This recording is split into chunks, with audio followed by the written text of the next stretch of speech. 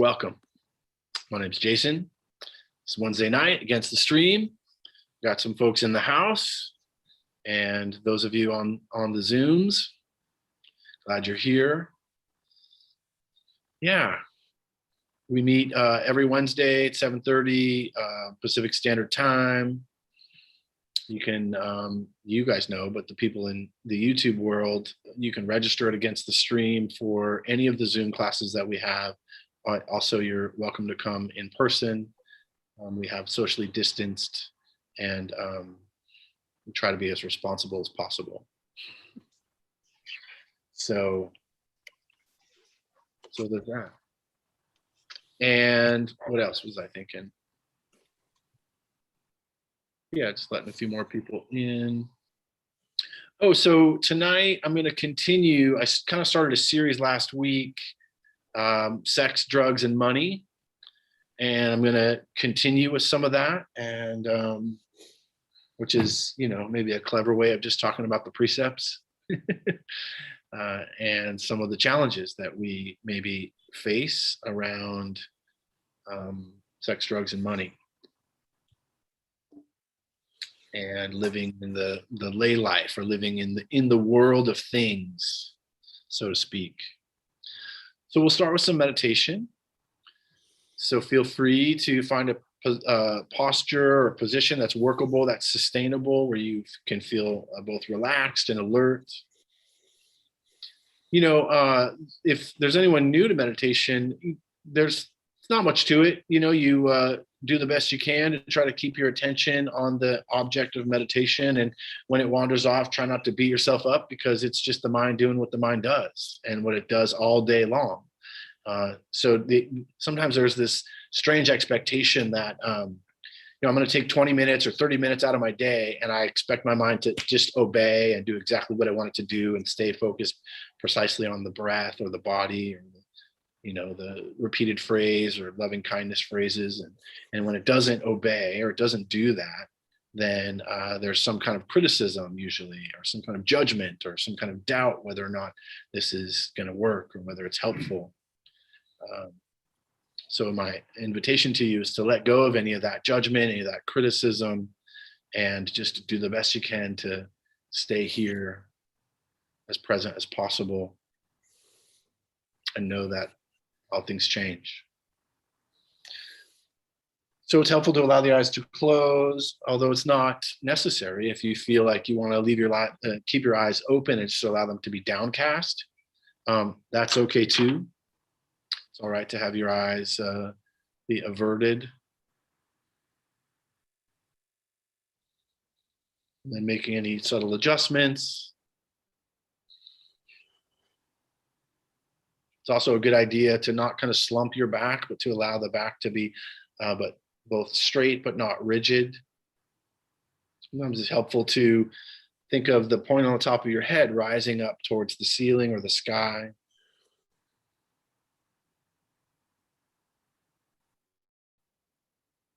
Good, and just settling in.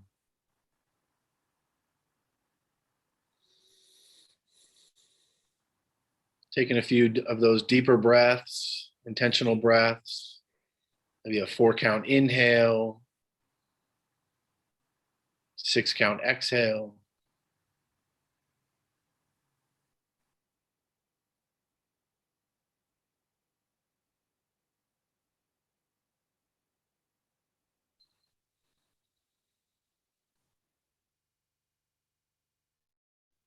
Opening up to the comings and goings of sound. Sounds outside the room.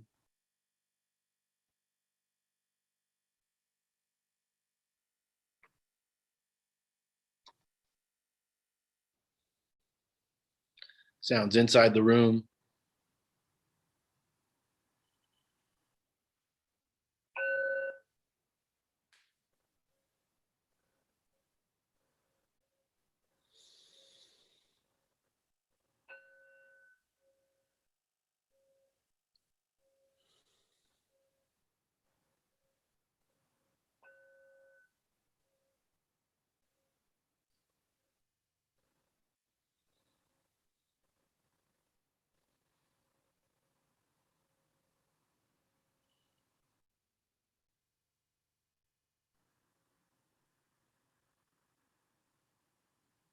Just taking a moment and sending some gratitude towards yourself. Some gratitude for showing up for this practice, for this class, showing up for yourself.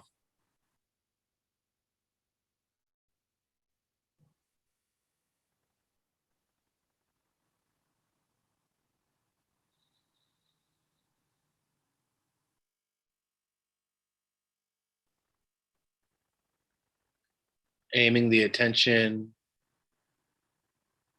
in some way towards this experience of breathing. Whether the aim is towards the tip of the nose or the rise and fall of the belly, connecting with some experience of the breath in the body.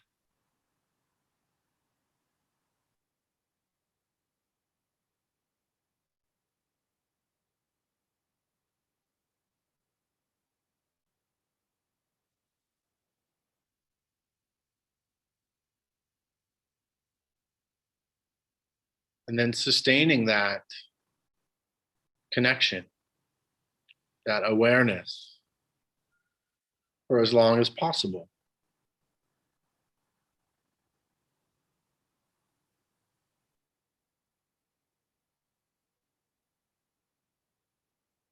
Knowing that the attention may wander off and that that's not a problem.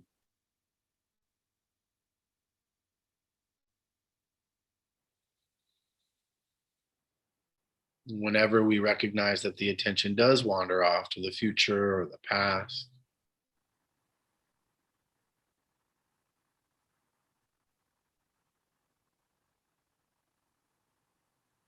with as much loving kindness or compassion as possible, just aiming the attention back.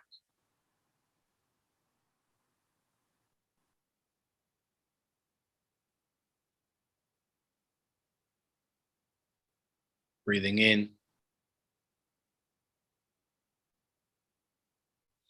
Know that you're breathing in.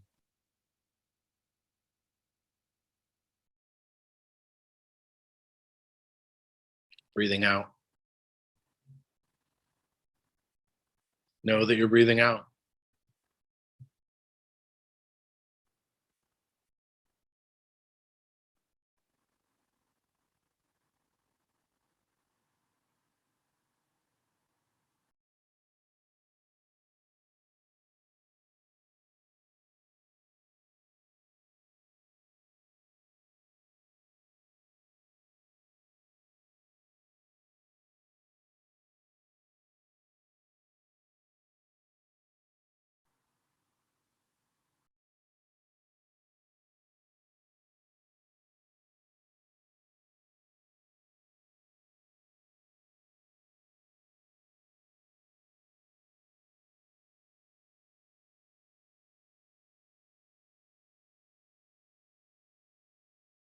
Becoming curious. What's this breath like?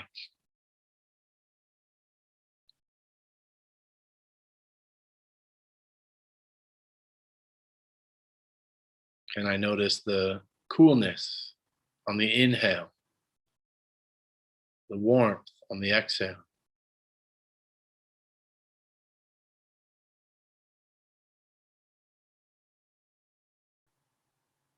The rise and fall of the belly.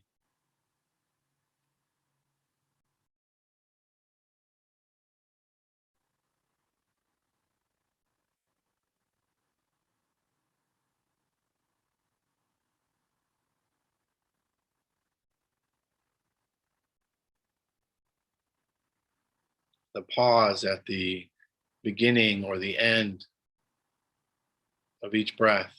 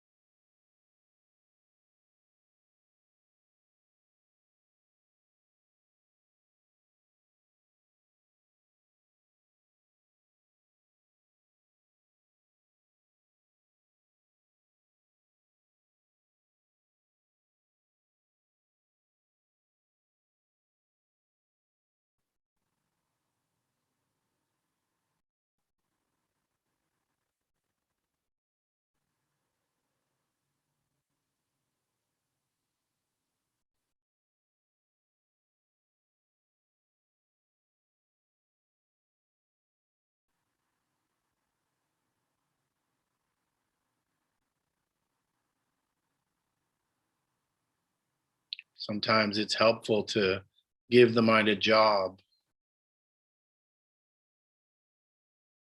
So gently using some simple phrase, breathing in, breathing out.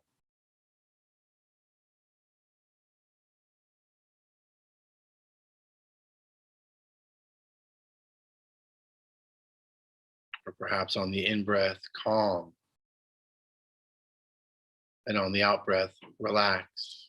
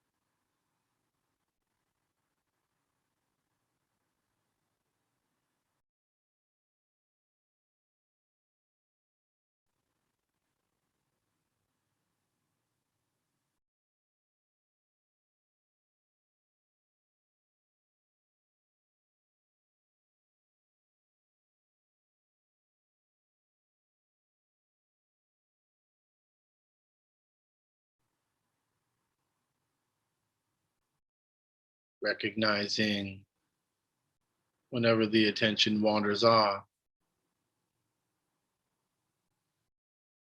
just taking a moment to acknowledge where it's gone, future or past, history or mystery, some story, some memory, some plan.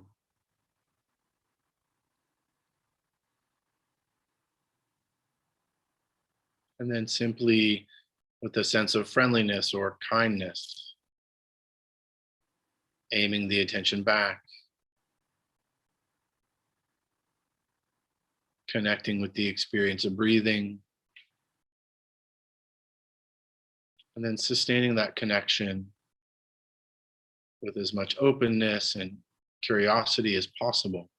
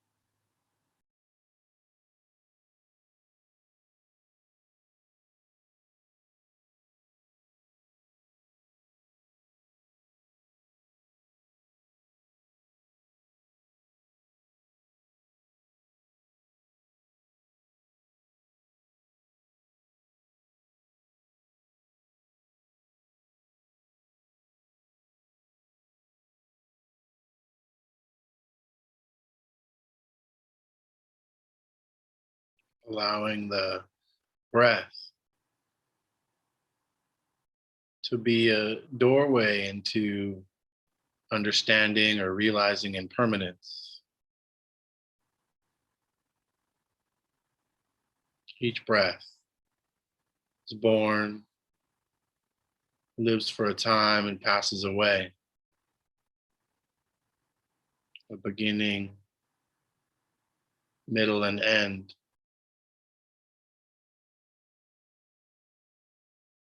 Like all things.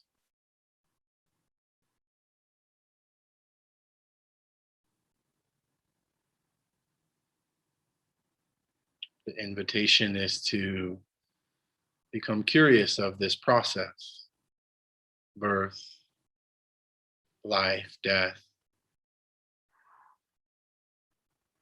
again and again.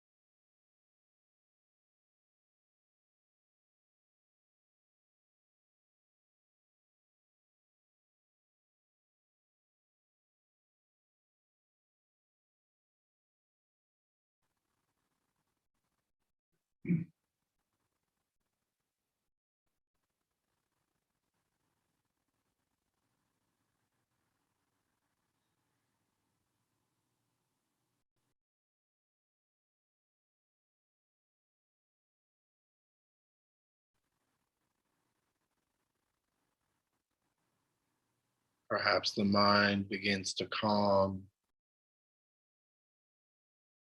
the attention a little more refined. The invitation is to open to the receptivity of the sense doors,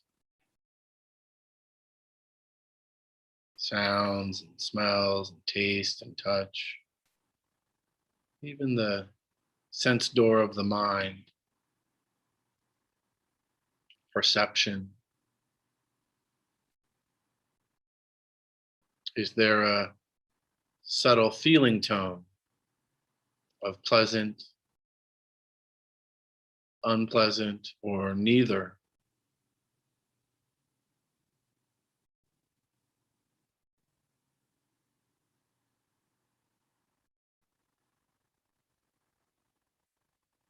It's not something we're looking for. Staying connected to the breath, the experience of breathing, and just opening, broadening, becoming more receptive to the subtle energy of pleasant, unpleasant, or neutral within each moment.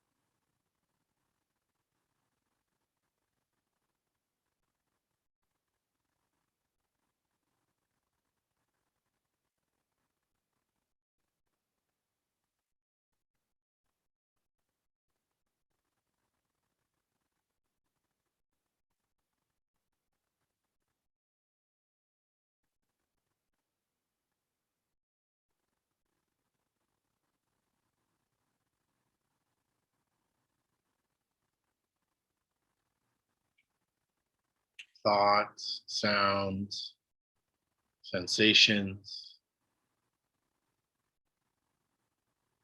all opportunities to sharpen our awareness of the feeling tone.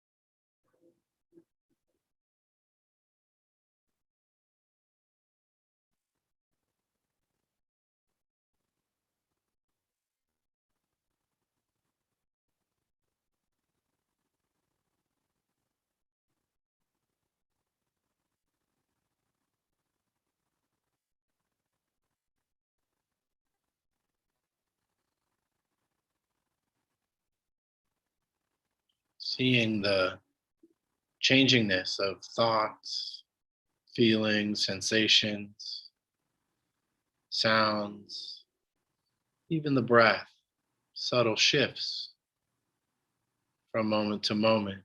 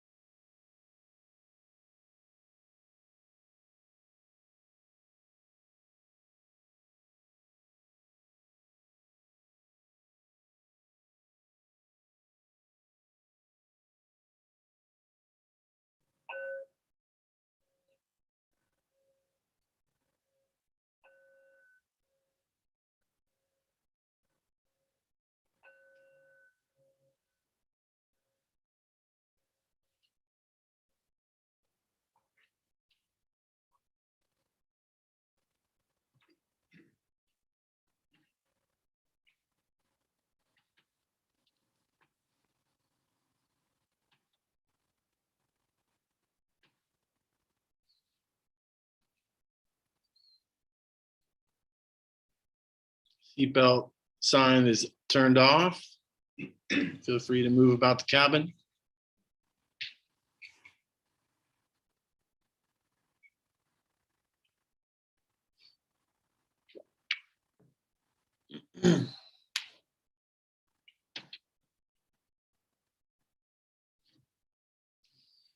So before I get into the topic for the evening, just we'll open up for questions. Any thoughts in regards to the instruction? Believe it or not, it might seem random, but I try to stick with themes within my meditation instructions. Maybe that's apparent, maybe it's not apparent, but I am interested in whether or not there was a theme for you during the meditation, whether the instructions are helpful or clear, or are you just doing battle with your thoughts the whole time, which is also okay if that's the case. So anyway, just I'll open up for any questions either in the room or on the Zoom. And if you're on Zoom, you can just like raise the little, I don't even think the hand is blue anymore. I think it's a yellow hand now, like a Simpsons hand instead of a Smurf hand. And you can find that within the participants or the chat. Is it in the chat? Yeah, in the chat. It's in the participants and it's blue on mine. Okay, all right. My name's Mark. Hello, everyone. I want to thank you. It's a good meditation. I keep getting lost in these little fantasies. All of a sudden, I'm thinking about something and I notice it when I'm thinking about it. My head has it. What I'm thinking about, if I'm turning my head to look at something, I notice that I'm doing that while I'm meditating too. It's kind of weird because and then I catch myself, wait a minute, straighten back up and bring myself back to where I'm at, But it's really weird because I think it's like and we've talked about it before, it's kind of like a half dream state. I kind of like in between this meditative state and a dream state. I don't know that it's not the same thing, meditating, I'm aware of what's going on, I'm real calm, relaxed, but then all of a sudden I kind of go into a little bit of a dream state. But the thing that really trips me out is that, I'm meditating, I'm in posture, but all of a sudden I start doing this, like I'm looking at something or I'm whatever I'm fantasizing about, my head starts going to it. So, but it was real good. Really, I really appreciate it. Very relaxing. I really needed it today. So cool. Thank you. Thanks, Mark. The next, there's two things I was thinking about as you were sharing. First of all, I had a similar experience. That's a great insight to notice that there's some shift. I also noticed like sometimes if I had future thought, I'd be leaning forward in my posture. And if I had like past thought, I would find myself leaning back sometimes. Interesting. So the next level of insight, if you want to take it here, is when you recognize that that's happening, check the thought. Is the thought a future thought or a past thought? Maybe left is future and right is past, or vice versa. I don't know, but there might be some correlation there too. And then instead of, and not instead, but just as an added moment of insight of like, oh, okay, so I can notice that there's this tendency. Is it, history? Am I kind of recalling some past, some replaying some old story or some old event, or am I looking to the future and replaying or fantasizing or moving into some kind of mystery of what might be, and then check. So there's that process, and then as you come back, just checking in with the body, kind of like center line. And just again, the whole thing with awareness. So what happens is that it becomes that nothing is outside of meditation. It's all the meditation. When you're, I'm thinking about the future. I'm thinking about, whatever, like next week, or, the refuge conference, or, when I see my friend, or, whatever, going on a trip or whatever it is, and just recognizing it, seeing it for what it is, thought, future, and then bringing the attention back and then checking it with the body and then noticing, is there some kind of feeling tone connected? Because there may or may not be, I don't know. But just to keep those things. Awesome. All right. Yeah, definitely try to do that. Thank you so Cool. much. Yeah, great. Thanks for sharing that. John, Yes. hands up. Hey, John. Thanks, Mark, for sharing that. Actually, I have a very similar experience. Even just now, it's like seems like a dream kind of, but like my head, I almost like find myself like twitching. Um, but for me, it was like a past situation that I like found myself in. Mhm. Yeah, I don't know, but like what you said makes sense. Just checking yourself, and definitely gonna be more mindful of that now when I find that happening. Yeah, being mindful of thinking is very different than thinking. When we're mind, just same with with anger, with lust, with fear, with mindfulness of it allows us to have this observational view. And when we have an observational view, then we can gain insight. Mm, And when we're just kind of locked in, then and we're kind of just moving through the whole process, then it's just happening. It's happening to us. We don't have any. There's no volition involved. So when we can, that's what's great about mindfulness. The Buddha said, sure. I think it's pretty good, that mindfulness is all helpful, and I agree. For sure, me too. Thank you. Yeah, and I actually, both of you mentioned something that I wanted to just kind of also touch on. So there's actually 4 states within mindfulness. Actually, there's pre-meditation, but the first is kind of like what we're doing, just kind of the busyness of the day, kind of rapidly moving through things, thinking about things, doing tasks, all that kind of thing. And it takes a few minutes for us to be able to kind of drop below that. And then there's this dreamy like state where often people start to feel sleepy, like they're going to fall asleep, right? And so this is it's like kind of second phase, and it's a little spacey. And a lot of times people think that's meditation and that's like the desired goal because it feels relaxing, which is good. And sometimes it is. Whether sometimes we need a nap, like we just need to take a 15-minute nap or a power nap or something, and that's okay too. What Mark was talking about, and I'm not sure if this is true for you, John, but this kind of, where you're like, it's kind of slightly dreamy, where it feels a little spacey, a little floaty, but you're still connected to the breath. You're still connected to the body. So Yeah, this is, for sure. yeah, no problems. This is all good. Keep going. The next phase, what they call theta. So I think it's alpha, beta, theta, delta. I think that's the brain waves that we're kind of moving through. And I could have them wrong because they're Greek and I don't know. But so alpha, beta, theta is that kind of where we start to kind of get some collecting of attention. There's some calm that's coming. There's some more awareness. And then that's usually about 20 minutes of meditation it takes to get to the theta waves. And that's kind of the sweet spot. And it's kind of like anything from there on. So is what they call the delta waves.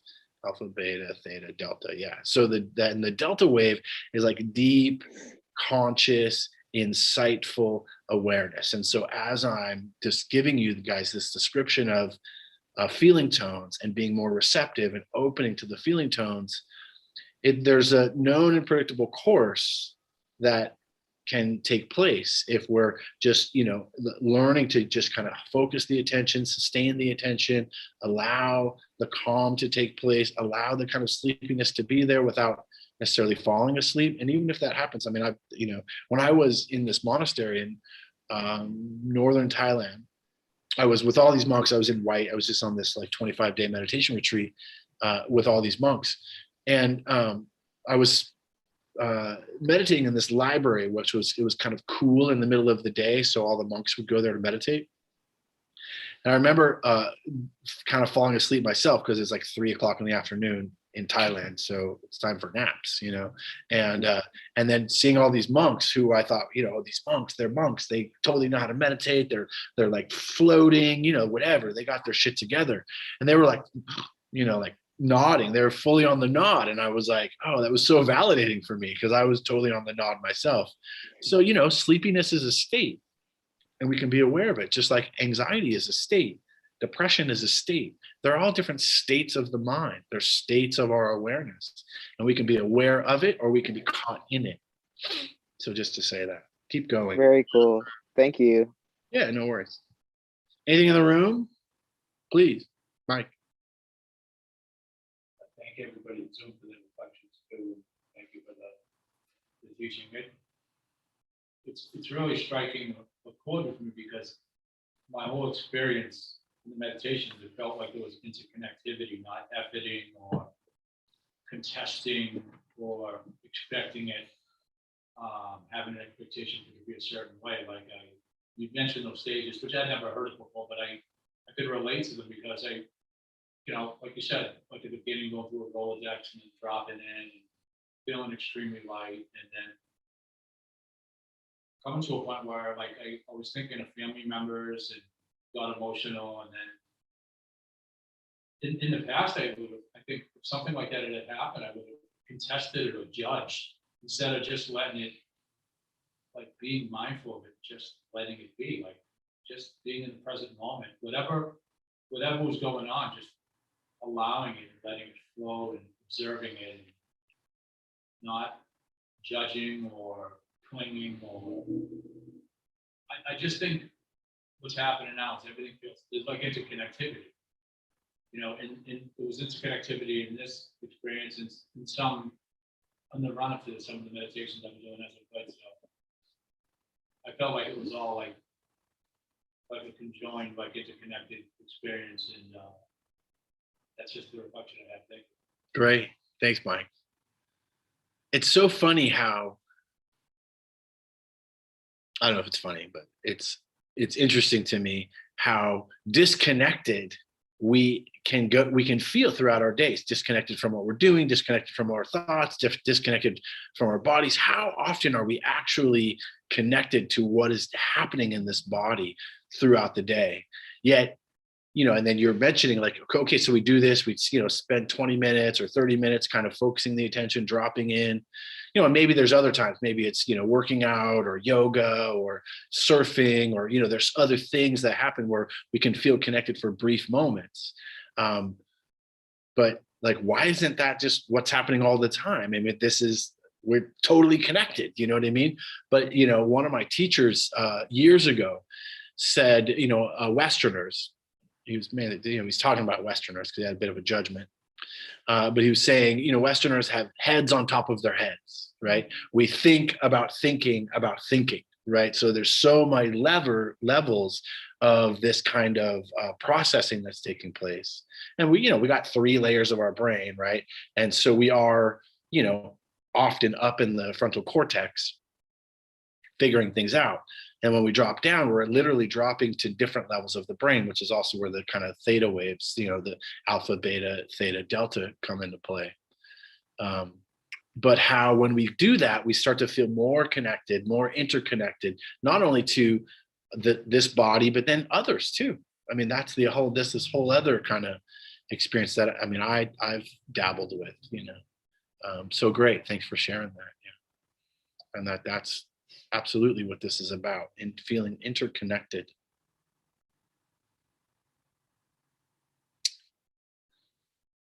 Okay, so I'm going to transition. So bear with me here. Let me see. So last week I started what I thought was going to be a 3-part series, but it might end up being more. Really, it's a look at the precepts, but to take a broader, more kind of practical range in talking about sex, drugs, and money.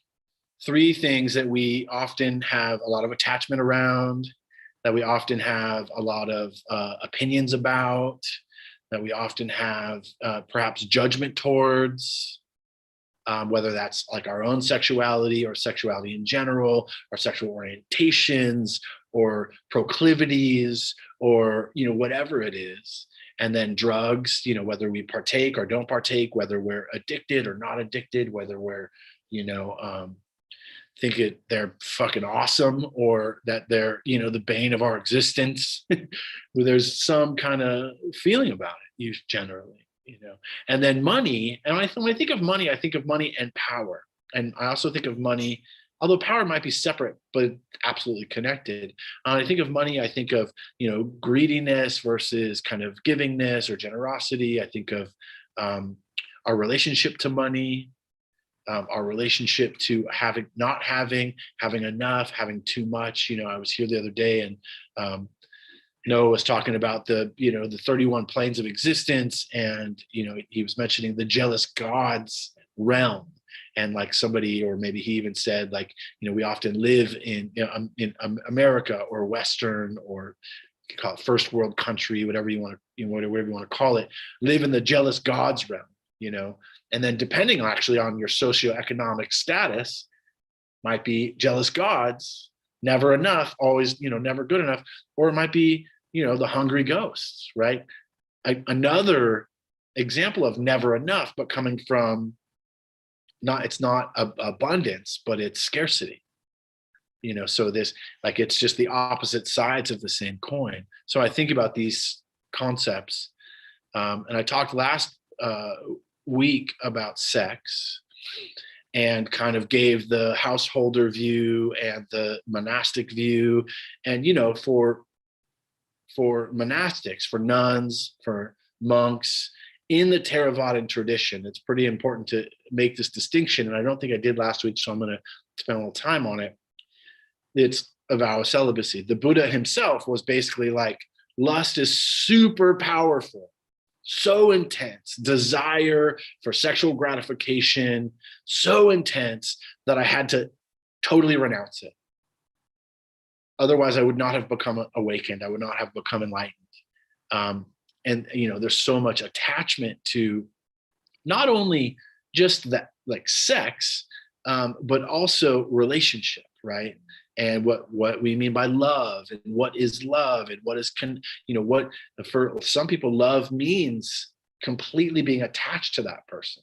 Like, what is non-attached, appreciative love? Like, what does that look like? Maybe that's the I think the best way I can think about it is that unconditional love, that maybe you can have with a friend or a cousin, or, not someone that's too complicated, right? Because, moms, dads, it could be complicated, but there could still be some unconditional love there. Who knows? I don't know. Just reflecting, just like, as I said that, I was like, I had definitely some conditional love towards my mother before 25 or so. And then after that, and as I got more involved in this practice and had some healing with my mom, actually, before she died, it shifted to unconditional, non-attached, appreciative love. And so I think it's possible to evolve in some of these ways. But anyway, so for monastics in the Theravadan tradition, it's really just celibacy, right? No acts of kind of sexual acting out, which can be really challenging. As I've taken some time of celibacy myself, was really challenging because it's such a strong power, and we're so conditioned, depending on who you are. Some people they're maybe more kind of maybe asexual and not necessarily feeling that certain drive, and others feel it very strongly, and so there's lots of places in between. But so the Buddha was like, yeah, well, if you want to be a monk and you want to get enlightened, and you want to then follow this simple instruction, right, to be celibate, and practice hard, right? And the strongest form of kind of letting go. So let me just kind of broaden that out. So Theravadan Buddhist monasticism is this way. Just about every other aspect of Buddhist monasticism has some loophole. There's some leeway. In the Zen tradition, people can be Zen priests, yet they can still marry and they can live lay lives, but they're just kind of for lack, I don't mean to be disrespectful, but something that they're called quasi-monastic, right? Because they're, they have jobs, they're buying houses, there's this kind of, not what the Buddha taught, but a later interpretation, adaptation, which worked and works. Maybe it's a good, still following precepts, still, dedicated practitioners. There's some very amazing Zen, not all, some Zen, like Suzuki Roshi, who brought, Zen Buddhism to America. He was a monastic, and he was a celibate, from best I understand. He might have also been an alcoholic too, but I'm not sure. I think that might be true. That's a different topic. But other traditions allow marriage. They allow, they allow some, like you can have some, it's not full celibacy, not full renunciation. So there's some kind of leeway within some of the different traditions, Chan and Vajrayanas, lamas, lamas get married. Sometimes lamas have a couple wives, to be honest, and maybe a concubine or two, right? Or a lover, we'll call them. So, lots of room for interpretation. And this is one of the major things that happened when, about 400 years after the Buddha died, people started to reinterpret some shit, right? They were like, well, this whole renunciation of a sex thing, like maybe what we're talking about is not, one's personal awakening and enlightenment, but actually being of service and developing the more of a compassionate heart mind is really the true goal of the Buddha's teaching. And so, we're going to kind of shift our attention to being more of service and humanitarian. This is kind of the bodhisattva vow and kind of where that comes into play. So just to kind of broaden it out a little bit, and I'm not going to get into like, and this type of Buddhism does this and this type of Buddhism does that, but just to give a few examples of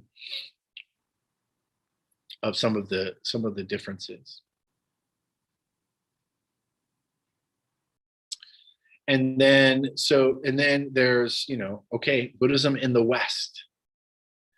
Non-monastics like myself, householders, lay teachers, rampant in this country, right? Mostly in this country, and in Europe too, right?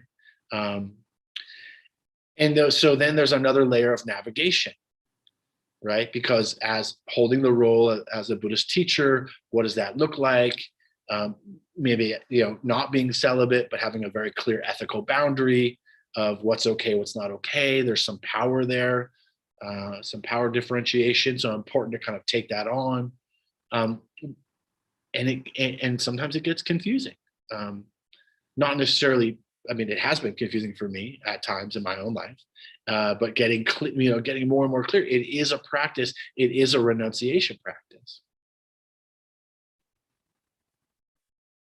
And then as lay people, as householders, just in general, practitioners wanting to take on the precepts, well, the Buddha gave 5. And all of the 227 male monastic precepts and the 331 female bhikkhuni or female monastic precepts are built off of the 5. They're just more differentiated or distinguishable about these other little things that happen.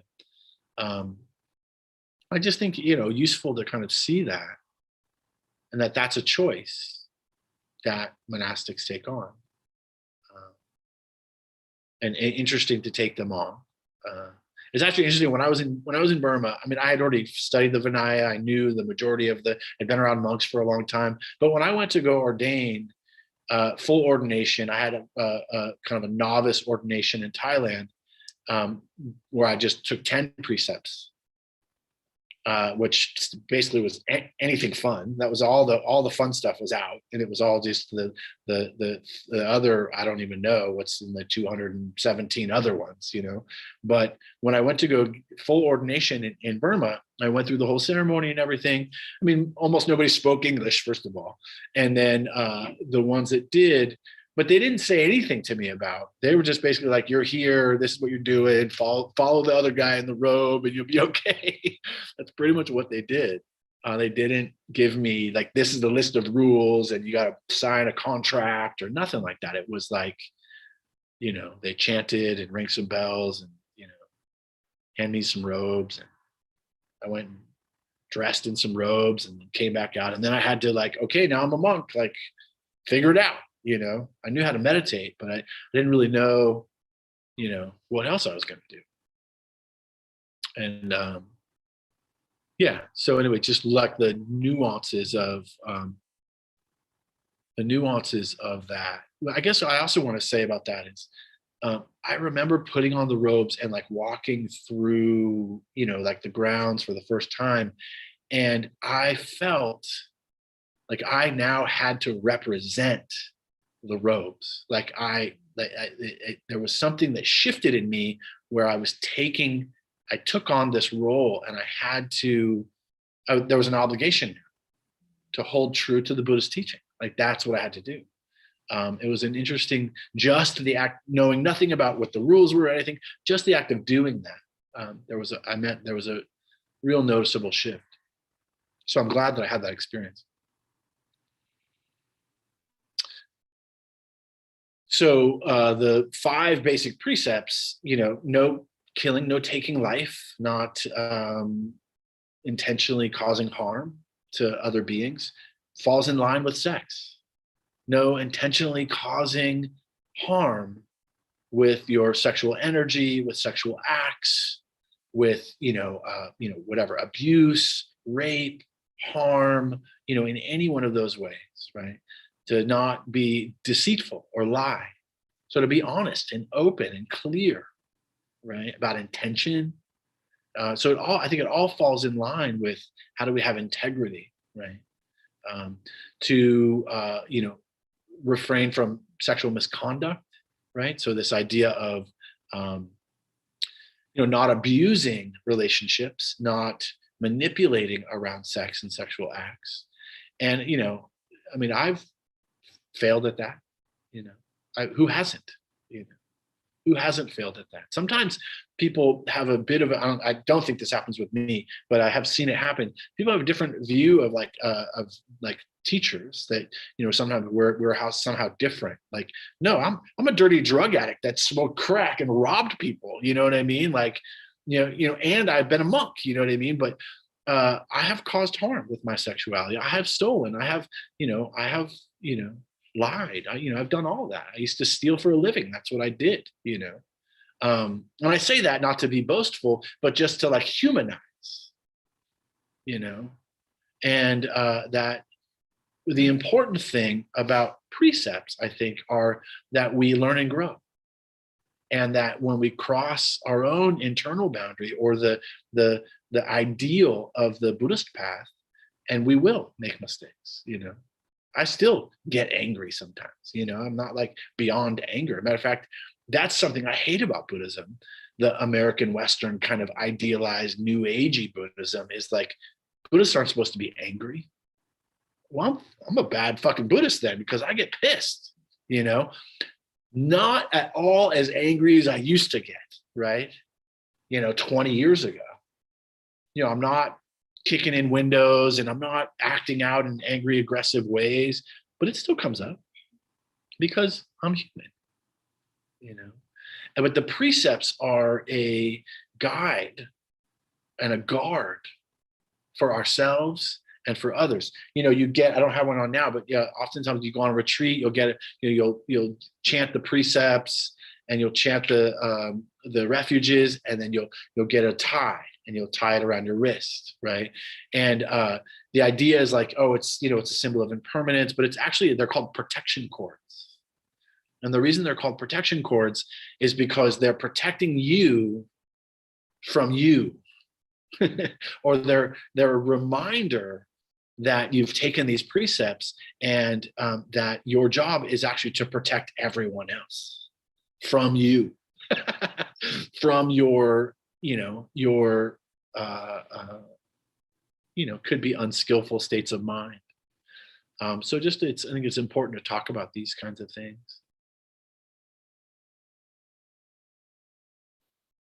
Sex. in my mind, I'm embarrassed to say this, but the Salt and Pepper song, oh, let's talk about sex, baby, has been in my mind like all week. But I'm not going to sing it like Salt and Pepper because, you know, I'm too cool for that. Anyway, what else?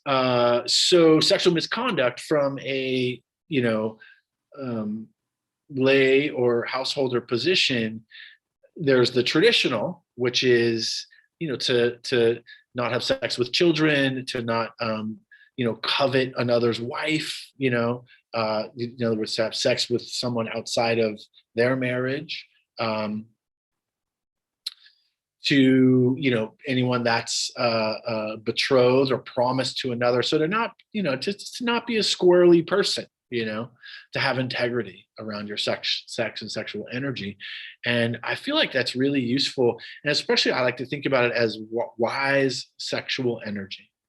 And how often when even just in a little interaction or like a work interaction, or when you're first meeting with someone, do we lead with our sexuality as a performance or as an impression or as a flirt or as a something that is about notice me, recognize me, and usually, and how much of it also is about validation for ourselves, right? Men, women, you know, regardless of gender identity, you know, just to kind of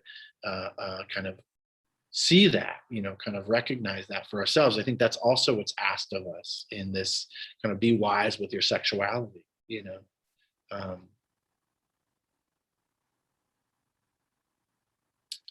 Trying to think if there's anything else that I was gonna. Oh, well, and then the last thing, again, which goes back to the ahimsa, the first precept, which is about non-harming. So using substances in a heedless way, or that in a way that clouds the mind. So this is not to say necessarily prescription drugs, but drugs that, you know, intoxicate the mind.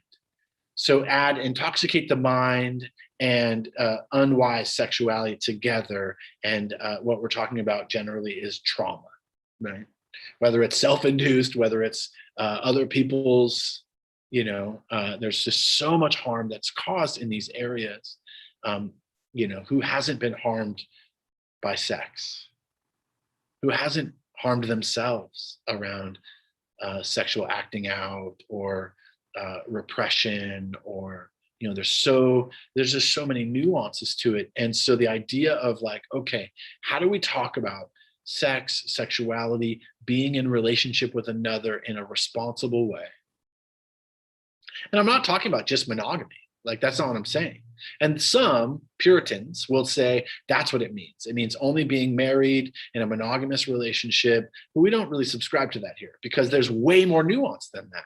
You know, that's heteronormative, first of all. It's cisgendered, right? I mean, there's just so much that's just not okay about it. That's patriarchal and hierarchical and just bullshit. That there's so much more nuance to it. And that, does that mean that a ethically non-monogamous relationship is unwise sexuality? I don't know. Polyamory, unwise?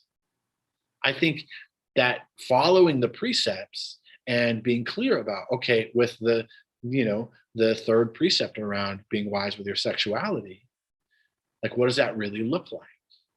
You know, that to me, the way I described it, you know, not intentionally causing harm, not setting out to cause harm, being wise and careful with your energy, being open and clear about what that means. And for some people, it might mean monogamy, and that's the way to go. And for some people, it might be, you know, polyamory or open or whatever the, you know, whatever the array, the spectrum of what that might look like. But I think to be non-deceptive, to be honest, to be clear, to be open, just like all other aspects of Buddhism is asking us to do, and just apply that to sex. Pretty simple, really, but super fucking hard to do. It takes work.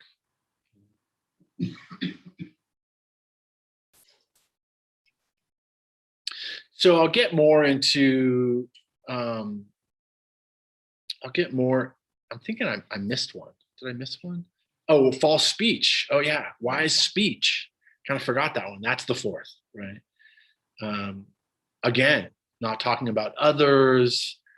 All the labels of like slut or whatever, all that kind of shaming that can happen around language. Let's not do that. Let's not gossip. Hard to do sometimes. Let's be wise and skillful with our speech as much as possible, knowing that we're probably going to blow it, especially this one, right? And how can we do that and then learn from that? That's where, in some ways, the Buddha kind of gave this like, okay, these are the 5 precepts for ethical integrity. And you can follow them to the degree in which you want to end your own suffering. Here's on one side is one spectrum, and complete heedlessness over here. Don't do anything I say. Just try to meditate and break every precept and see what happens. But if you want to end your own suffering, you might want to think about following these basic guidelines. Don't be an asshole. Don't hurt people.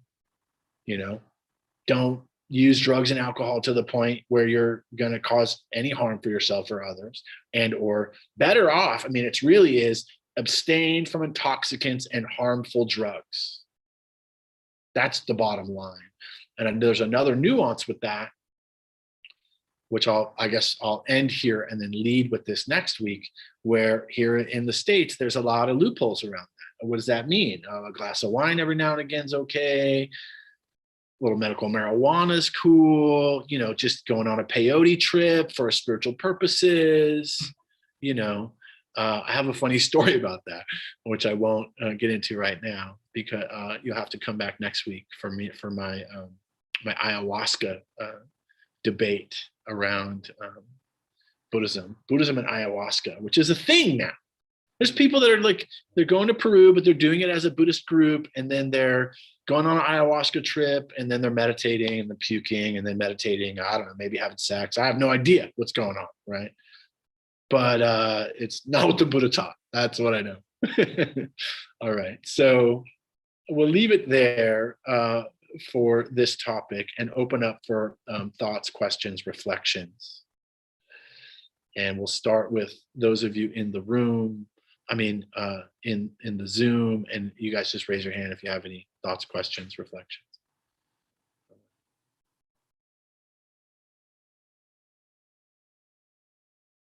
I know you have some thoughts. So many thoughts. I know you have some reflections. So many. I love this topic. Great, talk about it. I love this topic because I think it's something that we don't talk about enough. And I think that as a culture, we have so much shame around sexuality. And there's just, it's like you said, here's a list of things we should not do. And I think it goes both ways as well, like men, women, people that are non-binary. It's all of us. We've all screwed up and hurt people with sex, and we've all made bad choices.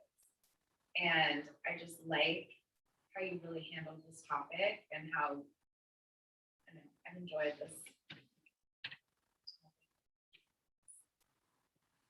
That's all I really have. I think that's the next book. Sex from a Buddhist perspective. We have you were just given the hands? Okay. You went like this, I don't know. No, I think it's just, I think it's actually a great idea. I don't know if he was serious or not, but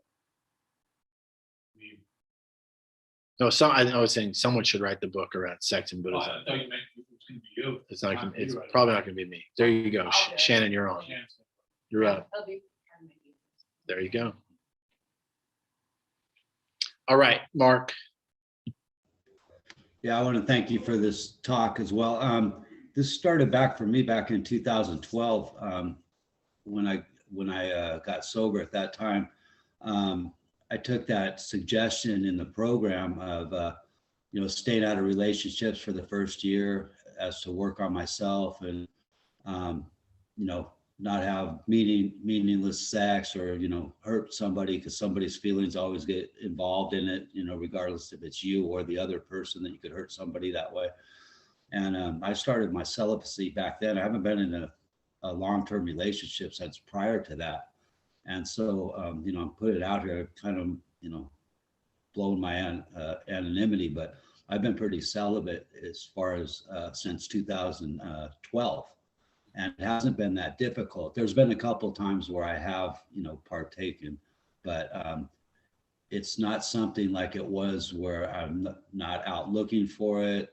There's been times where I've refused it for the, my well-being and for the other person. Something I didn't want to do, just, like, sorry, I don't have sex on the first date, maybe next time, that type of thing, do it in a kind of a skillful way without saying that I was celibate and things like that. But it's been very relieving not to have that as part of my life. As something like, once it happens, then maybe I start clinging to that person because I enjoy it so much, and it's maybe not looking to be in a relationship with that person. So why do that? You know what I mean? And so it's been very beneficial in my life, and it goes right along, started off in the program and it moves right along into my practice. And it's been something that's very beneficial to me. And don't feel like I'm missing out at all, to tell you the truth, but I am kind of old as well. And I had my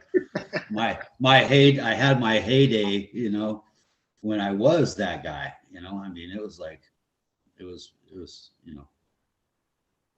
yeah, Thank it was, you know what I'm saying? But I know what you're anyway, saying. I just want to thank you for the talk, and I can totally relate to it and know that's been beneficial for me. Cool. And do me a favor and give Michael and Shannon a hug for me. I'm sorry I can't be there to go out with you guys tonight. No worries. Yeah, and I will. All right, thank you. All right. So we're just about out of time. So you have to come back next week for another installment of Sex, Drugs, and Money, the Buddhist perspective. Really the Jason Murphy perspective, but, closely related to Buddhism. And yeah.